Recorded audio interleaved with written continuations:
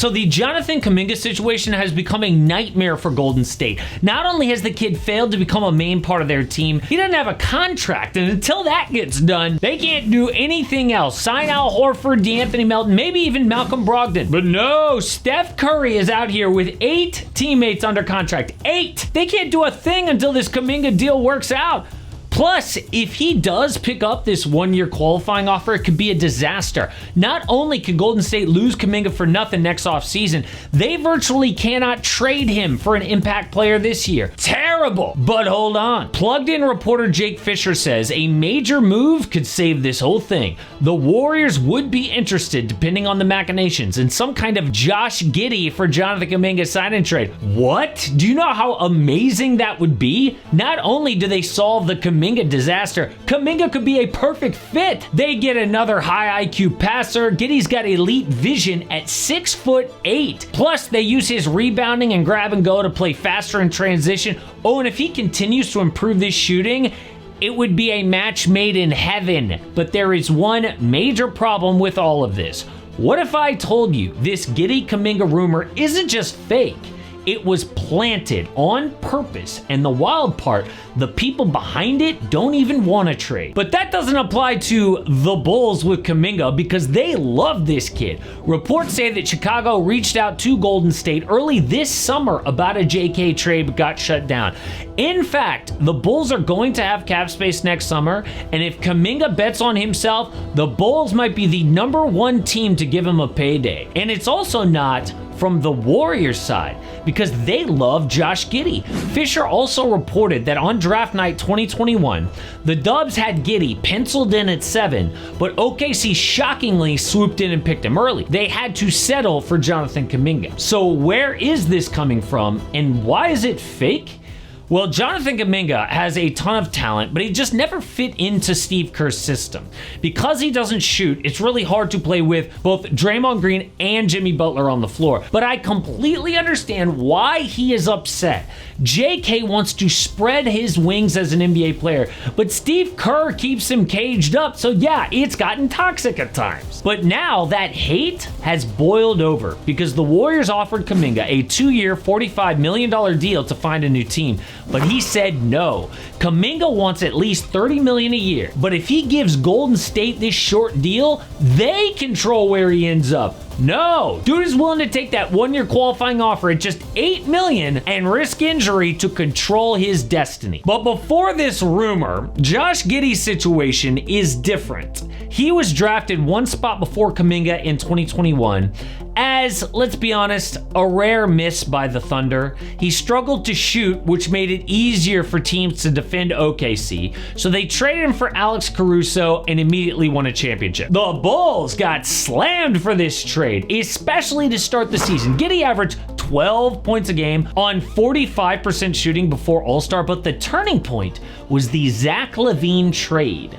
Once they traded him, Giddey had a lot more of an on-ball role, plus key injuries, so he dominated down the stretch. Final 19 games, 21 points a night, 11 boards and 9 dimes on 43% from deep.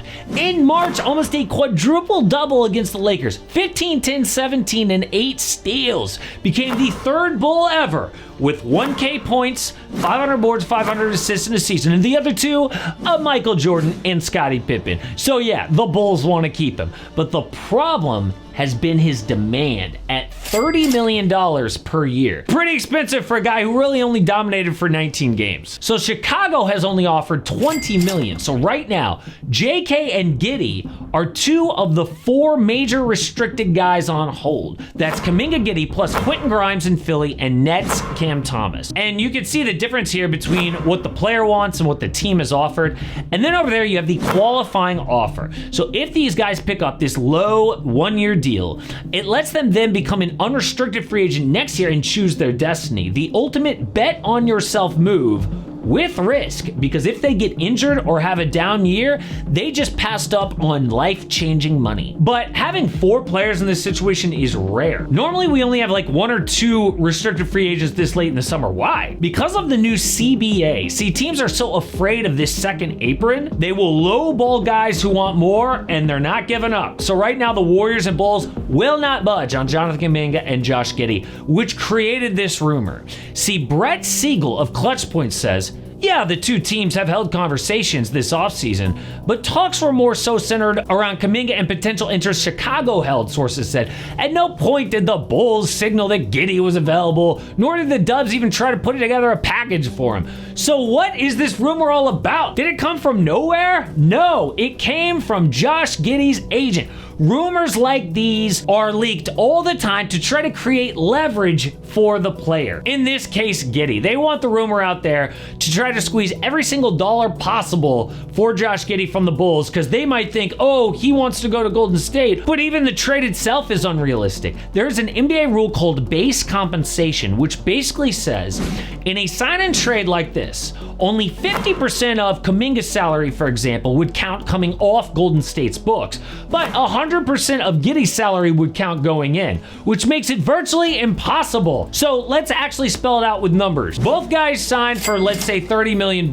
Well, both teams would be trading out $15 million and getting back 30, which does not work financially. And if you didn't understand that, no problem. Just know, to pull this off, it would have to be a 3, maybe 4-team deal this late in the offseason, which makes an already unlikely trade even less likely. So what is going to happen here? Well, I think out of the 4 restricted free agents, Josh Giddey is by far the most likely to stay with his old team. He loves Chicago and his role. Plus, the Bulls are super motivated to get this done.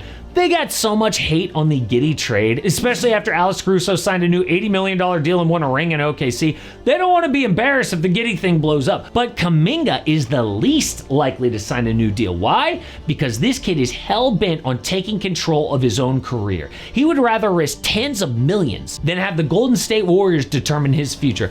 And yeah, the Bulls would be a great fit for him. I mean, they need a two-way wing like that who doesn't need the ball all the time. A cutting finisher who'd be great with Kobe White's passing or whoever plays point guard. But unfortunately for JK, he ain't going there yet because this rumor is fake. But the bigger picture in all of this is while the drama drags out, Steph Curry is sitting there with maybe 2 good runs left in his career, and one of them could get wasted. Right now, the Warriors have 9 players under contract, and the roster isn't just incomplete, it's frozen. And the longer it stays like that, the harder it is to compete in the West. Do you know how much of a disaster it would be if Al Horford, D'Anthony Melton were like, yo, we have just waited way too long for you to figure that out, so we're going somewhere else. Because we've seen this movie before. Star player in the twilight of his prime, front office gets stuck negotiating with one guy while the rest of the league moves on. And if those other role players sign elsewhere, you don't get a second chance. This is why the Kuminga situation is bigger than just keep him or trade him. It's about whether the Warriors are still all in on winning with Steph, or if they're slipping into the post-Curry era without even admitting it. But the Lakers are all in on the Luka Doncic era. The newest Laker has taken control of their franchise just 6 months in. And that obviously has pissed off LeBron James, but what is their plan exactly to build around Luka?